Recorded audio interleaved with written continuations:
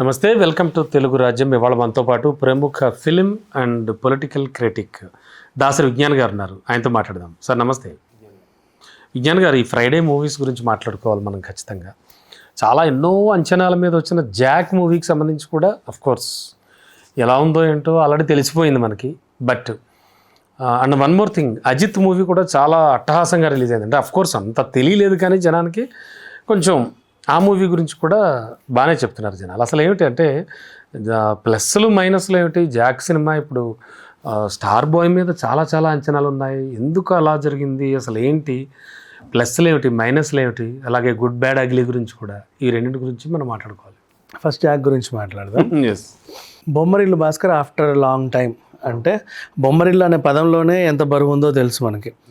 ఆయన హీరోయిన్కి ఇచ్చే ఇంపార్టెన్స్ అలా ఉంటుంది, హీరోకి ఇచ్చే ఇంపార్టెన్స్, క్యారెక్టర్స్కి ఇచ్చే ఇంపార్టెన్స్, అండ్ డైలాగ్స్కి ఇచ్చే ఇంపార్టెన్స్, సాహిత్యం, అందమైన సాహిత్యం, వినసొంపైన మ్యూజిక్, ఇన్ని ఉంటాయి పలానా డైరెక్టర్ దగ్గర. అంతే. ఓకే, ఆయన నుంచి చాలా కాలం తర్వాత సినిమా వస్తుంది. నెక్స్ట్ సిద్ధు జొన్నలగడ్డ, అదేంటిది మన టిల్లు 2 విడతల తర్వాత వచ్చిన సినిమా ఇది. మరి ఎలాంటి ఎక్స్పెక్టేషన్స్ ఉంటాయి? ఉంటుంది. ఆ టిల్లు మొదటి విడత హిట్, రెండో విడత కూడా హిట్, పర్ఫెక్ట్ సీక్వెల్ సినిమా కూడా. సో దీని మీద అంచనాలు ఆ రేంజ్లో ఉంటాయి. పైగా ప్రకాష్ రాజ్ లాంటి వాళ్ళు అయితే ఎన్టీఆర్, మహేష్ బాబు, అల్లు అర్జున్ లాంటి వాళ్ళతోనే చేస్తారు కానీ ఈ టైర్ హీరోస్తో ఎప్పుడు కనబడలా. డైరెక్టర్లు చేస్తుంటాడు కానీ ఇందులో చేశాడు అంటే అసలు నెక్స్ట్ లెవెల్. ఆ పిల్ల వైష్ణవి చైతన్య చెల్లి క్యారెక్టర్లు వేసుకుంటూ వచ్చి అనుకోకుండా హీరోయిన్ అయ్యి ఆ సినిమా హిట్ అయ్యి ఇప్పుడు మళ్ళీ ఒక మన తెలుగు హీరోయిన్ ఇంత పెద్ద సినిమాలో ఛాన్స్ కొట్టేసిందంటే అది కూడా ఒక ప్లస్. ఇన్ని అంచనాల మధ్య ఏదో వచ్చింది.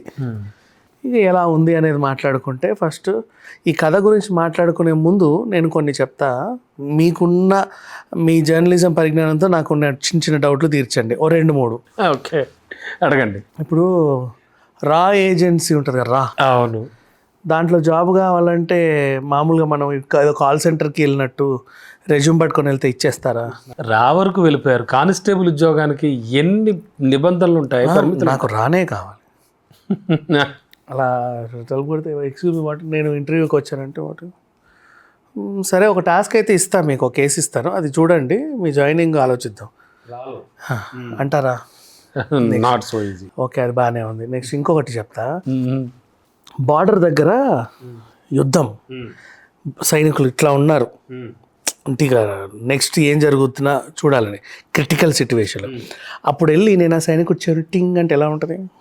చాలా కామెడీగా ఉంది. ఫస్ట్ ఆఫ్ ఆల్ లేదా ఆ గన్ను పోనీ వాడితో కామెడీ చేస్తే ఎలా ఉంటుందంటారు? పోనీ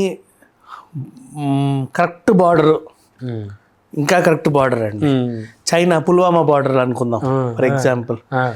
అక్కడ నేను అష్టాచమ్మ గీసి బుల్లెట్స్తో అష్టాచమ్మ ఆడితే ఎలా ఉంటుంది? ఇది ఇంకా వెటకారంగా ఉంది. మన దగ్గర బాగా సీనియర్ పోలీస్ ఆఫీసర్ పేర్లు సజ్జనార్ గారు ఫర్ ఎగ్జాంపుల్. ఆయన జాబ్ రిటైర్ అయ్యారు అనుకుందాం, నెక్స్ట్ ఆ పోస్ట్ ఖాళీగా ఉంది, ఓకేనా? నేను ఎవరో వెళ్తే ఇచ్చేశారు.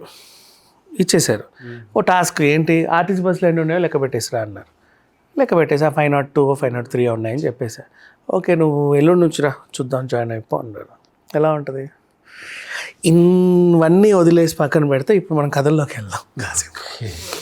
ఈ కథ ఏంటంటే అల్లరి చిల్లరగా తిరిగే వ్యక్తి మన హీరో ఏం చేశాడు అంటే, ఈయనకి ఈ అల్లరి ఈ చిల్లరతో పాటు ఒక కోరిక కూడా ఉంటాయి ఇట్లాంటి వాళ్ళకి, ఏదో అవ్వాలని. గూఢచర్యం అంటే ఇంట్రెస్ట్, స్పై ఆపరేషన్స్ అంటే ఇంట్రెస్ట్, రా ఏజెంట్ అవ్వాలనుకుంటాడు. వెళ్ళి ఒక సీనియర్ ఐపీఎస్ అధికారిని పట్టుకొని నేను ఇట్లా దా ఇంటర్వ్యూ తీసుకొచ్చేసాడు. ఆయన ఇచ్చేస్తే ఆయనకు ఒక బటర్ఫ్లై ఆపరేషన్ ఓ టాస్క్ ఇచ్చేసారు. వావ్. అసలు అది ఏంటంటే దేశంలో కీలకంగా అసలు ఉగ్రవాదులు వర్సెస్ వీళ్ళు, అలాంటి ఆపరేషన్లో భాగం అయిపోయాడు. నా కొడుకు ఏంటో ఇష్టం తిరుగుతున్నాడు, ఎటు తిరుగుతున్నాడు అర్థం కావట్లేదు అమ్మాయి నాకు ఏంటో అని ఒక డిటెక్టివ్ దగ్గరికి వెళ్ళాడు ఈ తండ్రి, ఆ హీరోయిన్ డిటెక్టివ్. అవునా, నీ కొడుకు ఎక్కడికి వెళ్తున్నాడో అడుగడుగున నేను కనిపెట్టి నీకు చెబుతానని ఆ హీరోయిన్ వెళ్ళింది. సో ఇద్దరికి ఆ రకంగా ప్రేమ పుట్టింది. ఇక అది చచ్చిందో ఏమైందో అది ప్రేమలాగా లేదండి. ఈ పిల్లేదో ఆయన్ని హనీ ట్రాప్ చేయడానికి తిరుగుతున్నట్టు ఉంటుంది. ఓకే, నెక్స్ట్ ప్రకాష్ రాజు సీరియస్గానే ఉన్నాడు, అవతల ఉగ్రవాదులు కూడా సీరియస్గానే ఉన్నారు, ఎప్పుడెప్పుడు దాడి చేసుకుందామని. ఆ మధ్యలో వీళ్ళు ఎందుకు? ఇంకోటి చెప్పనా, 2 దేశాల మధ్యలో ఈ రౌండ్ కంచె బార్డర్ ఉంటుంది చూడు, అవును బార్డరే, దాని మధ్యలో హీరో హీరోయిన్కి ఉరుకుతా డ్యూట్ పెడితే ఎలా ఉంటుంది? అలా కూడా పెట్టారా? అంటే అలా ఉందండి సినిమా. అసలు అర్థం కావట్లా ఏం జరుగుతుందో. నీకు రాయ్ ఏజెన్సీ అంత చీప్ అయిపోయిందా? ఫాల్ట్ అంటే సిద్ధు జొన్నలగడ్డ సెలక్షన్ కరెక్ట్ కదా? అంటే బొమ్మరిల్లు భాస్కర్ కూడా, బొమ్మరిల్లు తర్వాత పెద్ద హిట్ ఏముందండి? పోనీ లిబర్టీ తీసుకుంటే చచ్చావులే, తీసుకొని ఎవడో దాని సినిమాటిక్ లిబర్టీ. మరి ఇలానా? ఇప్పుడు హిట్ చూస్తే రాయ్ బా అనిపిస్తుంది, హిట్ 2 అంతే. ఇప్పుడు ఈయన చేసే గూఢచారి లాంటి సినిమాలు కూడా, ఎవరు అడవిశేషు, అబ్బా అనిపిస్తాయి. అంత ఇదైపోయారా వీళ్ళు? అట్లయిపోయింది. ఫాల్ట్ ఎక్కడుంది? డైరెక్షన్ అన్ని లోపాలే. సరే ఇప్పుడు నెక్స్ట్ నేను ఈయన గురించి, డైరెక్టర్ గురించి మాట్లాడేటప్పుడు ఏమన్నాను? అందమైన సాహిత్యం, అందమైన డైలాగులు అన్నాను. నోరు తెరిస్తే బూతు. నెక్స్ట్ ఇంకొకటి, ఇప్పుడు నేను యూట్యూబ్ ముందు చెప్పడానికే నాకు సిగ్గు అనిపిస్తుంది. ఎందుకంటే ఇది కట్ చేస్తాడు, మన వీడియో ప్రైవేట్లో పడుద్ది మళ్ళీ. అవును, అంటే సెన్సార్ ఉంది యూట్యూబ్ కూడా, సినిమాకి లేదా? ఎందుకు లేదు సెన్సార్? పార్కులో ఆ SEX అనే పదాన్ని 12 సార్లు మొత్తుకుంటాడు, వినబడుతుంది. సెన్సార్ వాడు ఎందుకు సెన్సార్ చేయలేదు? ట్రైన్లో బూత్ ఉంటుంది, అది కొంచెం ఏదో జాగ్రత్త పట్టాలి, ఇట్స్ ఓకే. ఇట్లా ఉంది పరిస్థితి. నెక్స్ట్ ఇక సాహిత్యం, చెవులో విషయం, సంగీతం సాహిత్యం 2. మళ్ళీ ఇంకో విచిత్రం ఏంటంటే 3 సంగీత దర్శకులు, too many cook spoil the dish అన్నట్టు. వీడు ఈ పాట పాడు చేశాడు, అవును నెక్స్ట్ పాట నేను చేసి చూపిస్తా, సర్వనాశనం ఈ సినిమా, ఈ పాటతోనే సినిమా పోవాలన్నట్టు ఇచ్చాడు. అలా ఉన్నాయి. ఎందుకు ఇప్పుడు తను దగ్గరుండి తను డైరెక్షన్లో వేలుపెట్టి, నరేషన్లో కానీ డైలాగ్స్లో కానీ వేలుపెట్టే సిద్ధు ఎందుకు ఇలా చేశాడంటారు? అంటే ఇది సెలక్షన్ కంప్లీట్లీ రాంగ్ సెలక్షన్. బయట టాక్ ఏంటంటే ఇట్లా బొమ్మరిల్లు భాస్కర్ ఏదో చెప్తే ఈయన వేలు పెట్టి ఏదో చేశాడు, సినిమా ఫ్లాప్. అంటే అట్లాంటివి ఏముండవు. నువ్వు ఫస్ట్ ఎంచుకున్న సబ్జెక్టే అట్లాంటిది. తప్పు. అంతా అసలు ఇంత మీరు చెప్పారు కదా విజ్ఞాన్, ఇంత వాటిల్లో కనీసం ఒక 3 పాయింట్లైనా బాగున్నాయి అని ఎలాంటి పాయింట్లు ఉన్నాయి? ఏమీ లేవు. ఓ గాడ్, ఫస్ట్ టైం వింటున్నాను. నాకు నిజంగా సిద్ధు అంటే చాలా ఇష్టం. తను ఇష్టపడిన వాళ్ళు అంటూ ఉండరు. బట్ ఇలా చెప్తానని నేను అనుకోలే.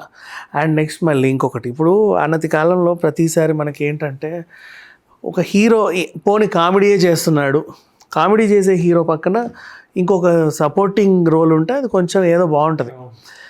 అది అప్పట్లో పద్మనాభం, తర్వాత బ్రహ్మానందం, తర్వాత వేణుమాధవో, లేకపోతే సునీలో, సత్యో, వీళ్ళందరూ వస్తున్నారు కదా.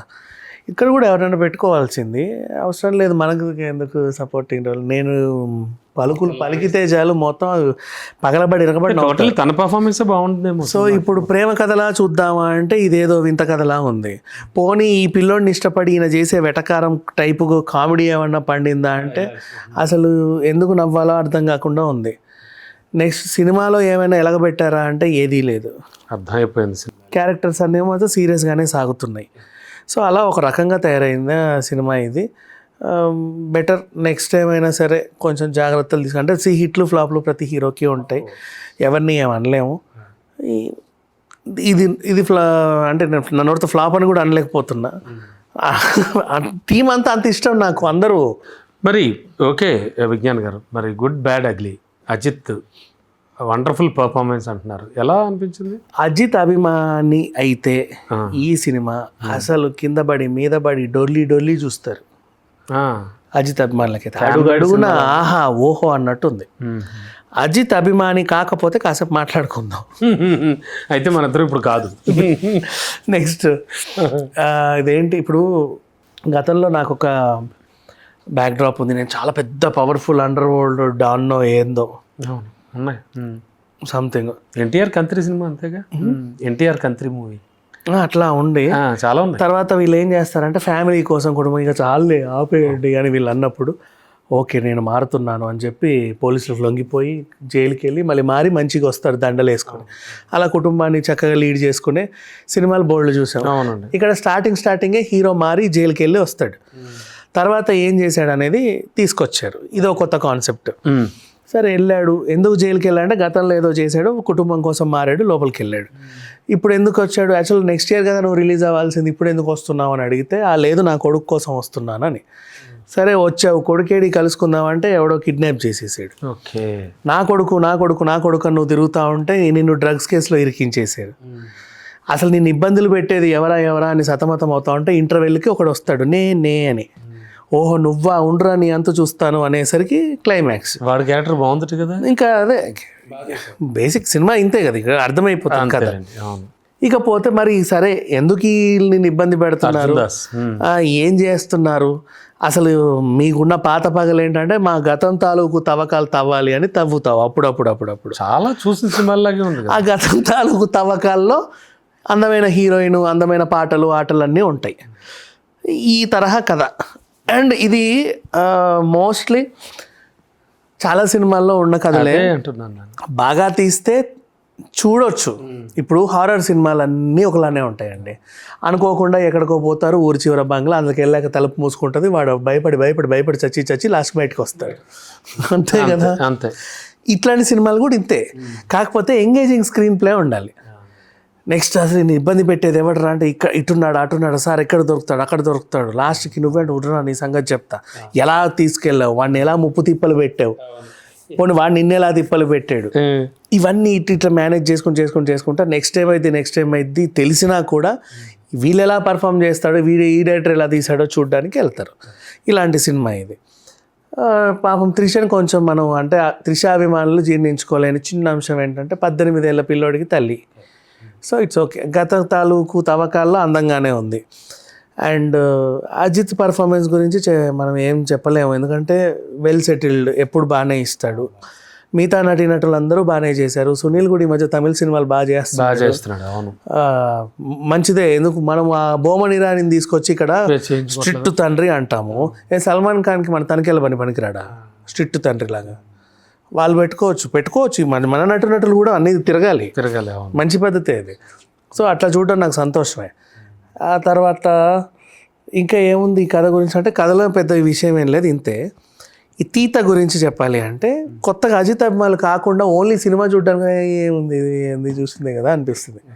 నువ్వు అజిత్ అభిమాని అయ్యావనుకో, ఆయన ఇప్పుడు చూడరా నీ సంగతి అని బైక్ జిమ్ అంటే కూడా ఎగిరిపోతావు. నువ్వు ఆ కార్ స్టంట్ చేస్తే ఎగిరిపడతావు. ప్రతిదీ కూడా ఎలివేషన్ అనేది బాగా. నువ్వు అడుగేస్తే ఎలివేషన్, అడుగు తీస్తే ఎలివేషన్, కళ్ళు తిప్పితే ఎలివేషన్, తల పైకి లేపితే ఎలివేషన్. ఈ టైంలో మరి నీకు సపోర్టింగ్ ఎవరు ఉండాలి? Music director. ఎట్లా మన జైలర్కి అనిరుద్ధ్ ఇచ్చాడు, నిన్ను అడుగడుగున లేపాలంటే ఆయన మోయించాలి మోత. ఆ మోత జీవి ప్రకాష్ తీసుకున్నాడు. ఆ టాస్క్ బాగా చేశాడు. మిగతా అంతా ఓకే. త్రిష కూడా చూడడానికి అందంగా ఉంది, అన్ని క్యారెక్టర్స్ బాగున్నాయి, everything was good. But routine story, చాలా కామన్ స్టోరీ అనమాట. అసలు స్టార్టింగ్ సీన్ చూస్తే సినిమా క్లైమాక్స్ కూడా చెప్పిపోతుంది. ఆ టైప్ స్టోరీ మొత్తానికి అలా ఉన్నాయి. సో అది పర్వాలేదు, ఇట్స్ ఓకే. అభిమానులు అనుకో పాత జ్ఞాపకం. ఇప్పుడు ఓల్డ్ హీరోయిన్ సిమ్రాన్ తీసుకొచ్చారు, ప్రియా వారియర్ కూడా ఉంది, ఇట్లా కొన్ని ఉన్నాయి. ఓకే. అభిమాని కాకపోతే ఎంజాయ్ చేయలేడు. ఓకే. అంటే కేవలం అభిమానుల కోసమే తీసిన సినిమా. రైట్ అండి, థ్యాంక్ యూ.